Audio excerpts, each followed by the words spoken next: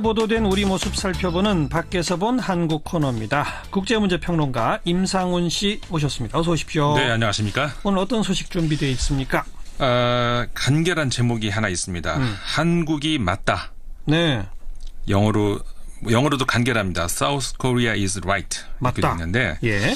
최근 북한의 미사일 발사, 핵실험 그리고 또 대륙간 탄도미사일 발사 정황 이런 연이어 계속되고 있는 북한 도발에 대한 해법을 놓고 트럼프 대통령이 유화적이다 이런 말로 문재인 대통령이 대북 정책을 비판한 바 있었죠. 예. 늘 그랬듯이 언론을 통해서라든가 아니면 보좌진 대변인을 통해서가 아니라 혼자 방 안에서 트위터로 내뱉은 말이었는데 그렇죠.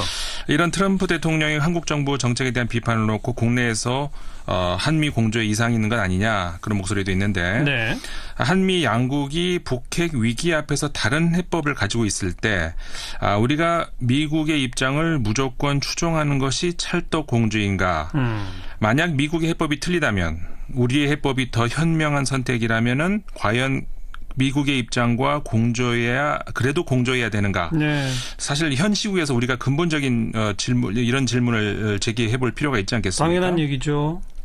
이런 근본적인 문제에 직면했을 때 미국은 틀리고 한국이 맞다. 이런 논평들이 외신을 통해서 많이 나오고 있습니다. 그동안에도 미국 유력지에서도 전부 트럼프 대통령 비판하는 그런 얘기들은 많이 나왔죠. 그렇죠. 그런데 아주 명시적으로 한국이 맞다. 네. 이런 글이 있어요? 그렇습니다. 대표적으로 그러니까 아까 말씀드렸던 그 제목이 뉴욕 시립대 피터 벤하트 교수라는 사람이 이제 쓴 건데 디 애틀랜틱의 그 실은 기고문입니다. 예. 그 제목 한국이 옳다 이 제목으로 현재 한국과 미국 간의 북핵 문제 해법에 대한 논란에 대해서 한국의 문재인 정부의 정책이 옳다 이렇게 밝힌 겁니다. 조금 소개해 주세요.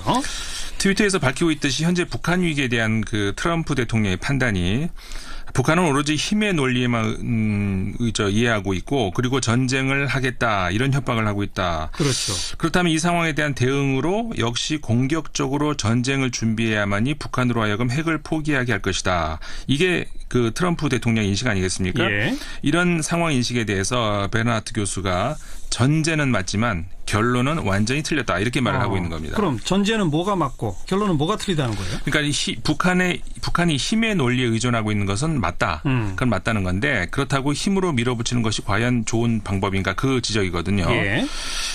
사실 이 전제가 맞다는 이야기는 북한이 왜 이렇게 핵무기에 집착을 할까? 왜 이렇게 힘의 논리로 전 세계를 상대로 자폭 인질극을 벌이는 걸까? 이 문제와 직결되지 않겠습니까? 그 얘기죠.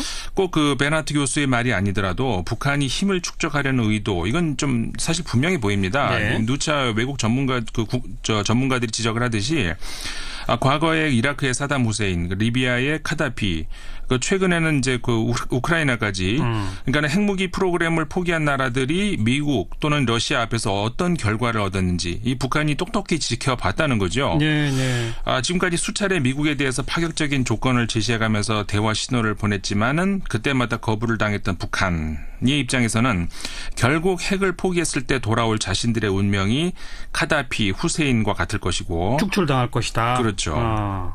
비극을 맞지 않겠습니까? 예. 따라서 그런 미국에 저항할 수 있는 유일한 길은 결국 핵무장을 통한 무력 대응밖에 없다. 이렇게 생각을 한다는 거죠. 네네. 그 베나트 교수의 지적도 바로 이 점을 지적을 한 건데 그리고 또 하나가 지금 현재 북한 수뇌부 그다음에 주민들까지 공통적으로 가지고 있는 미국에 대한 북한의 악감정이 어디서 유래하느냐면 1950년 한국전쟁 당시 미국이 북한 땅에 쏟아부은 폭탄의 양이 보통 다른 전쟁의 경우라면 상상할 수 없을 정도의 초토화 수준이었다고 하고요. 아, 그래요? 네. 특히 그 한국전쟁을 한 국가 안에서 같은 민족끼리 벌인 그 내란으로 봤을 경우에 더 아주 참혹한 응징이었다 생각을 한다는 겁니다. 예. 그래서 베르나트 교수의 따르면요. 미국이 한국 전쟁 동안에 북한에 투하한 그 폭탄의 양이 2차 대전 동안에 태평양 태평양전 전체에 투하한 폭탄의 양보다도 많았다는 겁니다. 아, 진짜 그런가요? 예, 그런 어마어마하군요. 제 취재에 의해서도 제가 이제 확인한 내용이거든요. 네, 북한 주민들이 실제로 그렇게 생각을 한다는 거거든요. 그런 주민들의 감정이 미국에 대항하려는 북한 수뇌부의 입장을 지지하게 만들고 있다는 거죠. 그리고 역대로 이제 미국이 북한의 김씨 정권에 대해서 참수 작전을 정기적으로 훈련하고 있지 않습니까? 아니겠습니까? 네. 그러니까는 북한 입장에서는 국제사회의 제재와 압박에도 불구하고 비대칭 전략 무기를 통한 무력 대응을 가속화할 수밖에 없다는 거죠. 네. 그러니까 북한은 핵무기 개발이 생존에 직결되는 전제 조건이다. 그렇죠. 거기에 매달릴 수밖에 없다라고 하는 전제는 맞다 이런 얘기죠. 네, 맞습니다. 그런데 트럼프 대통령의 해법이 틀렸다는 얘기는 뭐예요? 그래서 이제 이런 상황에서 트럼프 대통령의 대북 정책이 역효과를 날 수밖에 없다는 건데요. 예. 베르나트 교수의 말을 제가 그대로 인용을 해보겠습니다. 네. 과거 당신이 피투성이로 만들었던 당사자와 대치하고 있다고 상상해보라. 당신이 가지고 있는 것은 AK-47이고 AK-47은 그 러시아제 좀 구식인데 굉장히 성능이 좋은 반자동 소총입니다. 자동 소총. 네. 예. 그리고 상대가 가지고 있는 것은 사냥용 소총이다. 당신은 이 사냥용 소총을 위협으로 간주하지만 상대는 생존을 위한 최선의 노력으로 여기고 있다. 네. 트럼프 대통령이 최근 몇 주 동안 그러했듯이 만약 당신이 공중에 대고 발사를 하고 상대를 향해 박살을 내버리겠다고 소리를 지른다면은 상대는 총을 내려놓지 않을 것이다. 아하. 상대는 오히려 필사적으로 총을 사수할 것이다. 네. 이렇게 얘기를 한 거죠. 그러니까 뭐 대북 강경책, 군사적 옵션 이런 얘기를 하면 할수록 상대는 핵을 더 쥐려고 한다. 그렇죠. 자, 근데 한국이 옳다? 그건 또 왜 그렇다는 겁니까? 그 베르나트 교수는요, 그 문재인 대통령의 접근법은 이제 트럼프와 다르다 이렇게 보고 있는 건데, 네.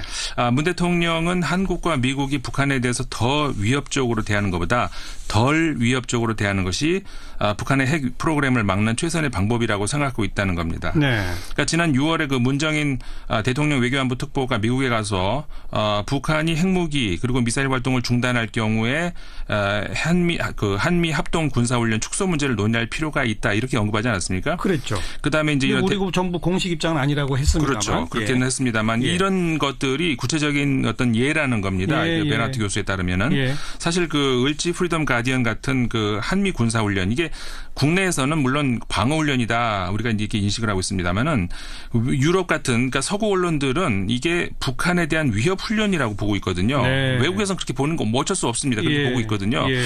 이게 이제 그 바로 한국에서는 여전히 전쟁 중이다 이런 인식이 그 다른 나라에 유지되게 하는 주요 요인 중에 하나인 건데 네.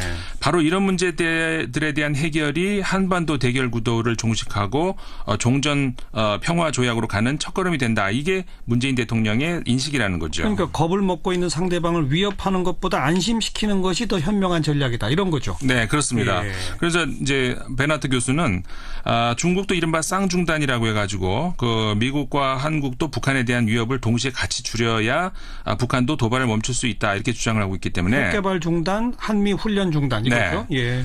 그리고 뭐 그 베르나트 교수에 따르면은 한국은 그럴 준비가 되어 있는 것 같고 그러니까는 트럼프 정부만 동참한다면은 공은 중국으로 넘어가서 중국 입장에서는 그러니까 자신들이 제안했던 거니까 이게 어떻게 해서든 성사시켜야 된다는 그런 압박을 받을 수 있다는 거죠. 네.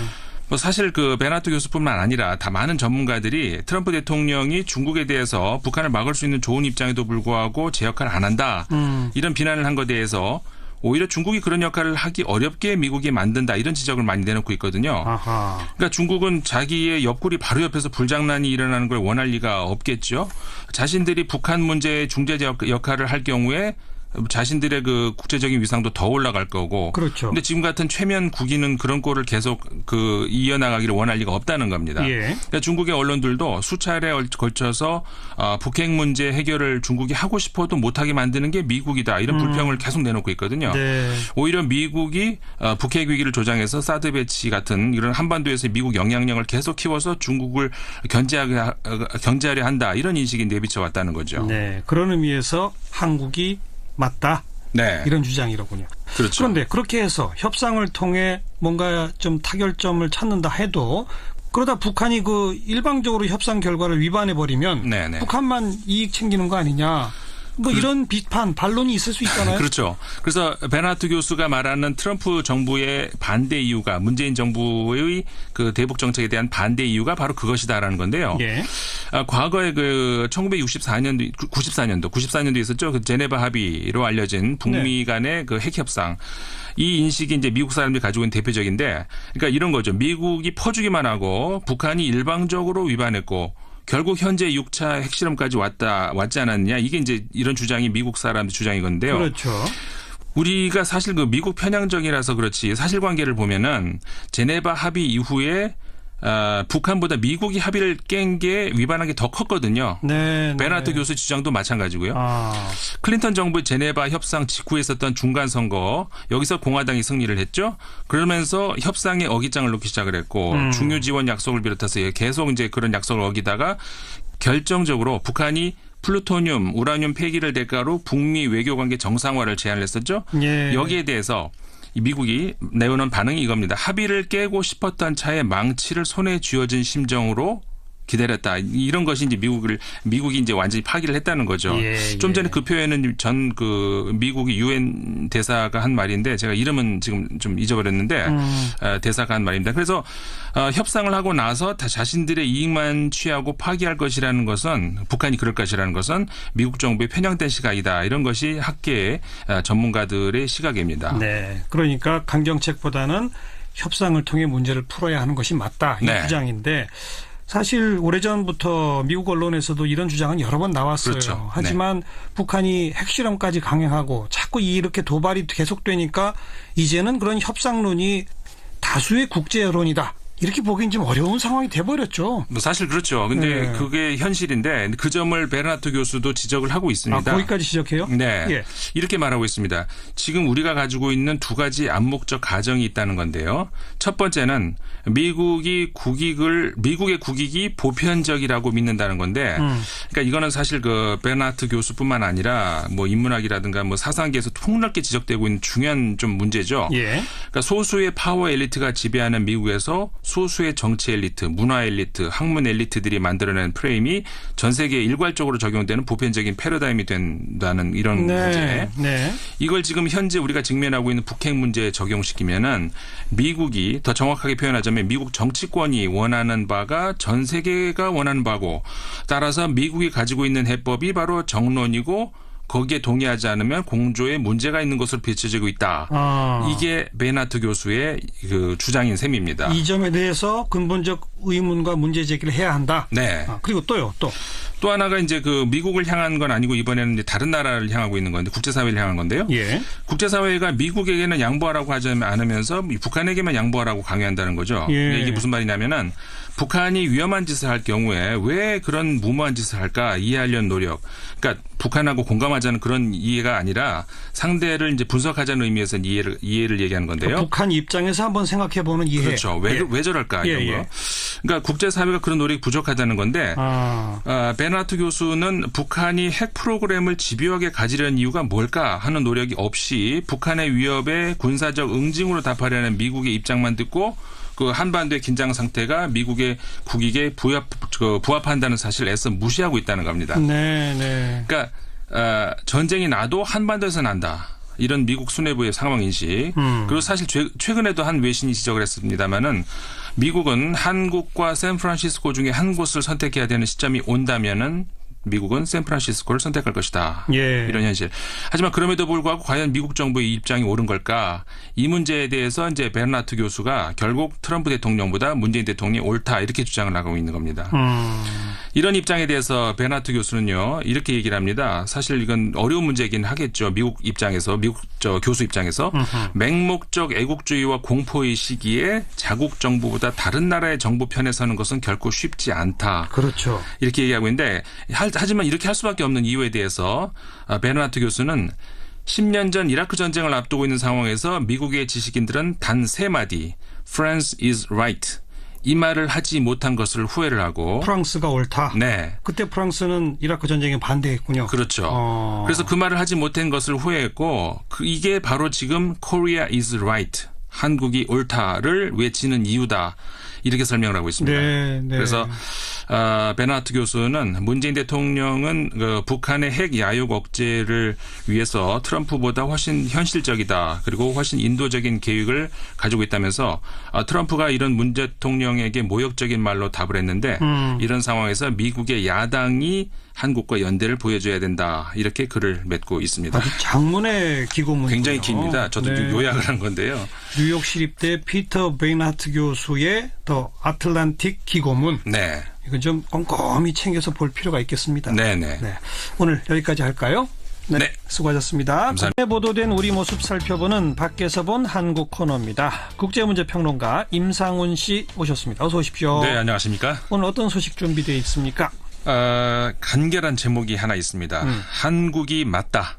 네, 영어로도 간결합니다. South Korea is right. 이렇게 맞다. 있는데 예, 최근 북한의 미사일 발사, 핵실험 그리고 또 대륙간 탄도미사일 발사 정황 이런 연이어 계속되고 있는 북한 도발에 대한 해법을 놓고 트럼프 대통령이 유화적이다 이런 말로 문재인 대통령이 대북 정책을 비판한 바 있었죠. 예, 뭐 늘 그랬듯이 언론을 통해서라든가 아니면 보좌진 대변인을 통해서가 아니라 혼자 방 안에서 트위터로 내뱉은 말이었는데 그렇죠.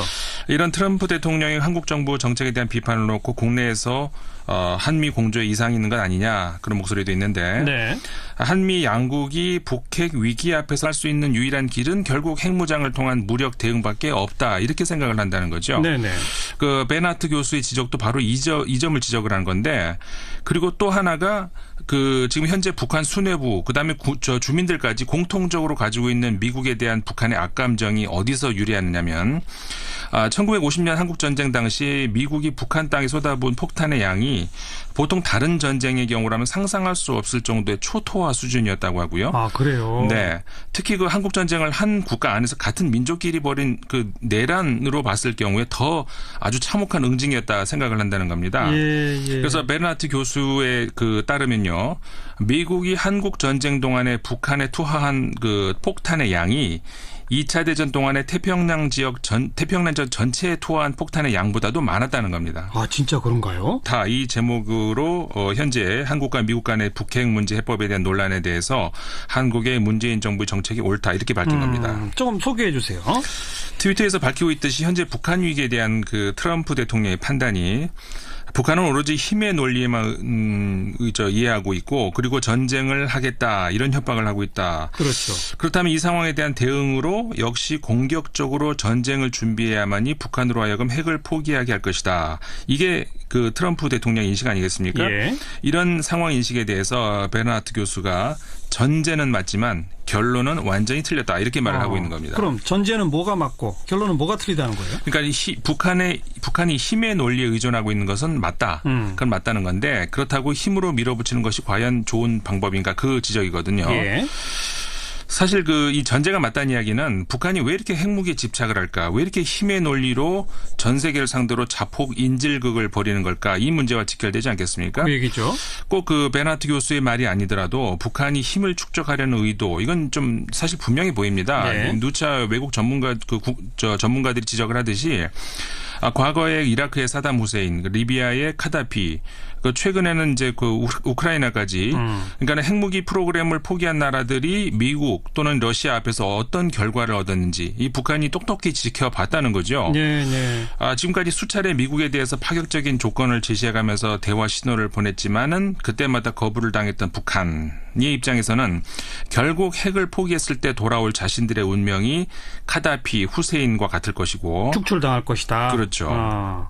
비극을 맞지 않겠습니까? 예. 따라서 그런 미국의 저항과 다른 해법을 가지고 있을 때 우리가 미국의 입장을 무조건 추종하는 것이 찰떡공주인가?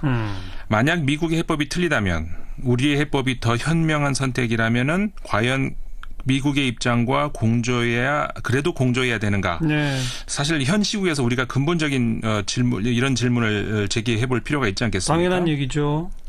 이런 근본적인 문제에 직면했을 때 미국은 틀리고 한국이 맞다. 이런 논평들이 외신을 통해서 많이 나오고 있습니다. 그동안에도 미국 유력지에서도 전부 트럼프 대통령 비판하는 그런 얘기들은 많이 나왔죠. 그렇죠. 근데 아주 명시적으로 한국이 맞다. 네. 이런 글이 있어요? 그렇습니다. 대표적으로 그러니까 아까 말씀드렸던 그 제목이 뉴욕 시립대 피터 벤하트 교수라는 사람이 이제 쓴 건데 디 애틀랜틱의 실은 기고문입니다. 예. 그 제목 한국이 옳다.